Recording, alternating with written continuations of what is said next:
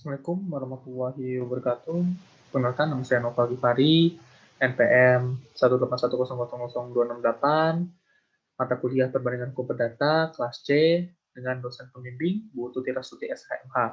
Di sini saya akan mempresentasikan hasil rangkuman 3 buku saya, yang merupakan tugas pertama. Baik, ini buku yang saya rangkum, ada 3, yaitu buku dengan judul Kapita Selekta Perbandingan Hukum dengan penulis Prof. Sunarti Hartono, juga ada buku Perbandingan Hukum Perdata dengan penulis R. Suroso, juga ada buku Kapita Selekta Perbandingan Hukum Comparative Civil Law, penulis Dr. Salim, SHMS, dan Erlis Septiana Nurbani, SHLLM. Baik, sebelum semuanya kita awali dengan pengertian. Di sini sudah terpampang pengertian dari Prof. Sunarti Hartono, SH, yang menyatakan bahwa perbandingan hukum adalah suatu metode penyelidikan akan suatu cabang ilmu hukum sebagaimana seringkali menjadi anggapan, sementara orang metode yang dipakai adalah membanding-bandingkan salah satu lembaga hukum atau legal institution dari sistem hukum yang satu dengan lembaga hukum yang kurang lebih sama dari sistem hukum yang lain. Dengan membanding-bandingkan itu, maka kita dapat menemukan unsur persamaan tetapi juga unsur perbedaan dari kedua sistem hukum itu.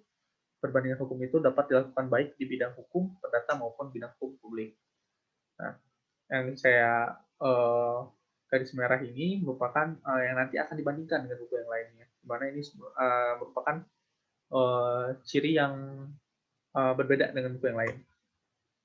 Ini pengertian dari R. Suroso yang menyatakan tentang perbandingan hukum adalah ilmu pengetahuan yang usianya masih relatif muda. Perbandingan hukum menjadi diperlukan karena dengan perbandingan hukum dapat diketahui jiwa serta pandangan hidup bangsa lain termasuk hukumnya, serta dengan saling mengetahui hukumnya, sengketa dan kesalahpahaman dapat dihindari, bahkan dapat untuk mencapai perdamaian dunia.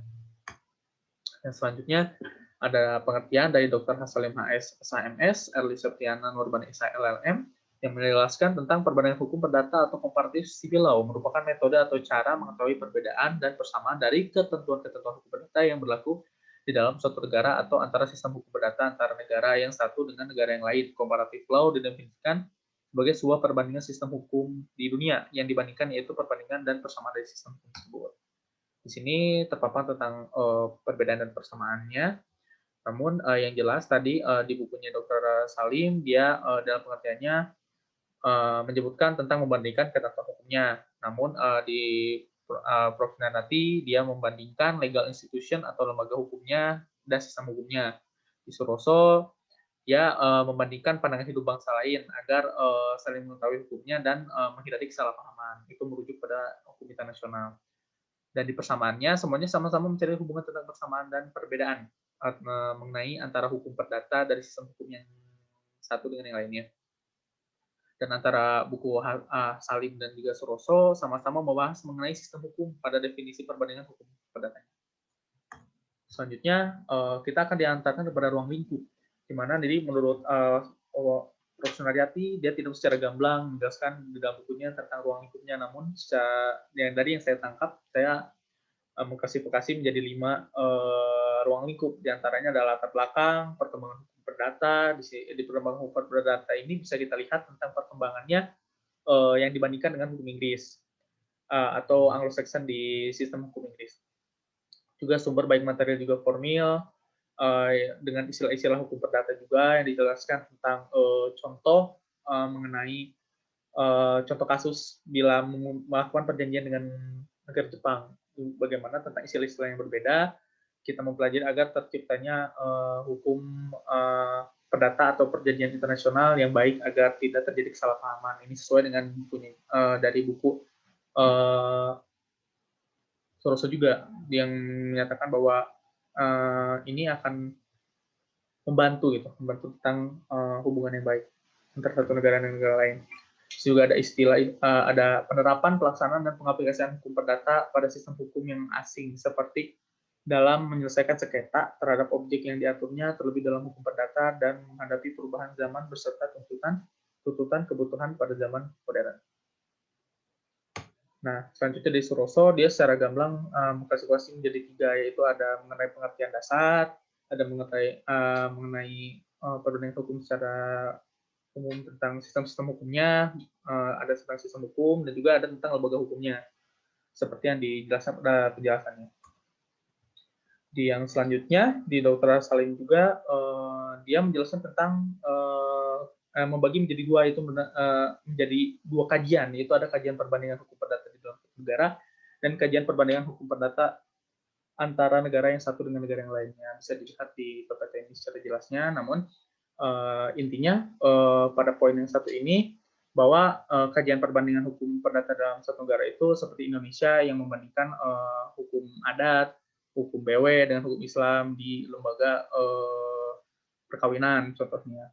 Terus jika yang poin 2 yang antara negara yang satu dengan negara yang lain itu, kita membandingkan dengan misalnya negara Indonesia dengan negara Rusia, atau negara Indonesia dengan Amerika, bagaimana ketentuan hukumnya, bagaimana sumber-sumber hukumnya, bagaimana ketentuan perdatanya, beserta istilah-istilahnya juga. Ini berkesinambungan dengan buku-buku lain sebetulnya.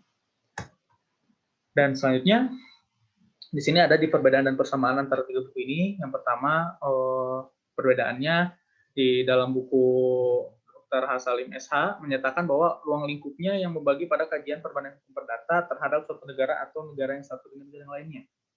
Yang kedua, di dalam buku Prof. Sunaryati Hartono SH tidak secara langsung menyatakan ruang lingkup dari perbandingan hukum perdata, namun secara tersirat pada setiap bahasan bahwa banyak hal yang menjadi ruang lingkup dibahas dan dibandingkan pada perbandingan hukum perdata. Yang poin ketiga, menurut Prof. Sunaryati Hartono, bahwa ruang lingkup perbandingan hukum perdata juga meliputi perbandingan istilah, latar belakang, juga perkembangan. Itu perbedaan yang terdapat dalam tiga buku ini. Persamaannya, pada setiap buku menyatakan memberikan sistem hukum sebagai ruang lingkup. Jadi dalam tiga buku ini, mereka sama-sama menyatakan bahwa sistem hukum itu menjadi sebuah ruang lingkup dari perbandingan hukum perdata. Juga di bukunya Suroso dan Prof. Sunaryati sama-sama menganggap bahwa lembaga hukum merupakan ruang lingkup juga. Jadi di dua buku ini dia menyatakan hal yang sama, bahwa lembaga hukum merupakan ruang lingkup dari perbandingan hukum perdata. Nah, selanjutnya ada mengenai perbandingan hukum perdata dalam kaitannya dengan pembaharuan hukum di Indonesia. Prof. Sunaryati Hartono SH menyatakan bahwa perbandingan hukum ternyata membantu pembentukan hukum nasional. Dalam arti seluas-luasnya, seperti kita ketahui, hukum positif kita masih banyak merupakan warisan dari zaman kolonial, karena itulah perlu dibentuk hukum nasional. Pembentukan hukum nasional ternyata harus sekarang dimulai secara sadar, karena sekarang ini kita lihat dengan jelas arah dan hukum nasional yang akan kita bentuk itu dengan sistem yang mungkin tidak sama dengan hukum adat, akan tetapi juga tidak sama dengan sistematik hukum barat. Ini bisa kita lihat pada UPA, di mana mereka mengakui tentang hukum adat, juga di mana mereka juga mencabut buku 2 dari KUH Perdata yang mengatur tentang tanah. Yang kedua ini ada dari R. Suroso, di mana dia yang mengutip dari Prof. Sunaryati juga, di mana ada unifikasi hukum, ada yang lainnya itu ada harmonisasi hukum, pembaharuan hukum. Nah, di sini dijelaskan juga disebutkan pada Suroso di Suroso ini menjelaskan pada kegunaan praktisnya bahwa perbandingan hukum perdata itu membantu pada pembaharuan hukum gitu, menjadi kegunaannya. Dan yang ketiga ada penentuan asas-asas umum dari hukum, ilmu pembantu hukum perdata internasional, juga pendidikan penasihat yuridis. Nah, perbedaan dari kegunaan dan manfaat yang disebutkan pada ketiga buku ini, yang pertama di perbedaan antara buku Dr. Hasalim SH dengan Prof. Sunaryati Hartono, berbeda dalam pernyataan mengenai kegunaan. Pada buku R. Suroso SH, bahwa buku Salim dan Sunaryati memasukkan suatu hal praktis ke dalam manfaat, sedangkan Suroso membaginya, di mana suatu yang berhubungan dengan praktisi berhubungan dengan kegunaan, dan yang suatu yang berhubungan dengan manfaat itu berhubungan dengan ilmu atau kebutuhan ilmu. Persamaannya antara buku Dr. Hasalim HS, SH, dan Prof. D. Sunaryati Hartono SH sama-sama membahas mengenai kegunaan dan manfaat untuk pengembangan ilmu pengetahuan, juga terhadap praktiknya seperti pembentukan hukum nasional, perjanjian internasional, dan R. Suroso SH juga mengutip mengenai unifikasi dari buku Sunaryati. Jadi di Suroso ini memang banyak beberapa yang mengutip dari bukunya Prof. Sunaryati. Dan yang kedua, ada sama-sama menyatakan pengembangan ilmu pengetahuan sebagai salah satu manfaat. Jadi dalam tiga buku ini, mereka sama-sama menyatakan bahwa perbandingan hukum perdata ini, kegunaan dan manfaatnya juga adalah dalam pengembangan ilmu pengetahuan sebagai salah satu manfaatnya. Antara buku Dr. Hasalim dengan Prof. Sunardi Hartono SH tidak secara gamblang membagi antara kegunaan manfaat. Jadi mereka tidak mengklasifikasikan seperti Suroso dengan jelas bahwa kegunaan itu apa, manfaatnya itu apa saja. Namun mereka secara bersamaan kegunaan dan manfaat itu dijabarkan. Selanjutnya perbandingan hukum perdata sebagai seni. Di sini salah satunya mengutip adalah di bukunya Dr. Hasalim AHS SHMS, di mana dia menyatakan teori dikonsepkan sebagai pendapat yang dikemukakan, perbandingan hukum perdata sebagai teori, dan teori itu dikonsepkan sebagai pendapat yang dikemukakan sebagai keterangan mengenai suatu peristiwa atau kejadian, asas dan hukum umum yang menjadi dasar suatu kesenian, dan pendapat atau cara dan aturan untuk melakukan sesuatu. Jadi yang salah satu mengerti perbandingan hukum perdata sebagai seni itu di bukunya Dr. Hasalim yang menyatakan sebagai teori.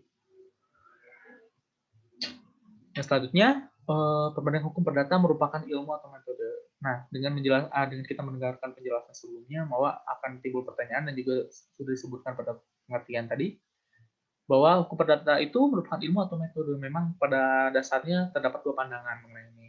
Namun dari ketiga buku ini terdapat perbedaan juga persamaan, di mana perbedaannya di bukunya R. Suroso, dia menyatakan perbandingan hukum perdata merupakan suatu ilmu.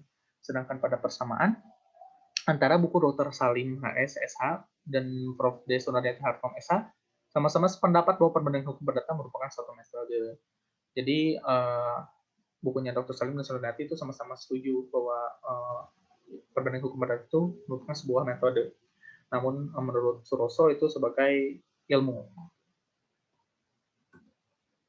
Lalu di sini di dalam tiga buku ini juga terdapat tiga bahasan yang berbeda. Yang salah satunya ada juga persamaan gitu. Jadi di antara buku Salim dan bukunya Sunaryati itu sama-sama membahas tentang hukum kontrak. Namun perbedaannya di Sunaryati dia membahas tentang perkembangan sistem hukum di mana penggolongan hukum itu sudah mulai tidak relevan. Di mana hukum kontrak yang berada pada hukum perdata itu pada zaman modern ini sudah tidak nilai-nilainya sudah tercampur oleh unsur-unsur hukum publik, sehingga hukum kontrak yang secara khas perdata itu sudah tidak relevan lagi jika diklasifikasikan menjadi di antara dua golongan hukum. Jadi banyak juga sarjana-sarjana di Belanda yang sudah meninggalkan tentang penggolongan di hukum ini, di mana penggolongan hukum publik dan hukum privat ini sudah tidak relevan lagi. Dan kesamaan antara hukum Inggris, hukum adat, dan hukum Islam, di mana mereka sama-sama tidak menggolongkan kepada penggolongan hukum, dua penggolongan hukum ini. Nah, jika di bukunya Dr. Salim, dia lebih membandingkan tentang syarat, tentang istilah-istilah, tentang syarat syahnya hukum kontrak, berakhirnya hukum kontrak, dan istilah-istilah lainnya. Namun di bukunya R. Suroso ini, dia lebih menjelaskan tentang adopsi. Bagaimana adopsi di sistem hukum Anglo-Saxon, hukum Islam, hukum adat. Jadi di sini ada perbedaan tentang pembahasan bukunya. Nah, sekian yang dari saya bisa sampaikan. Mohon maaf bila memang ada salah kata atau salah ucap. Pada intinya bahwa semua buku itu memiliki pendapatnya masing-masing, juga melengkapi satu sama lain. Namun pada intinya, semua ilmu itu harus bermanfaat dan juga harus digunakan. Terima kasih. Saya pamit undur diri. Wassalamualaikum warahmatullahi wabarakatuh.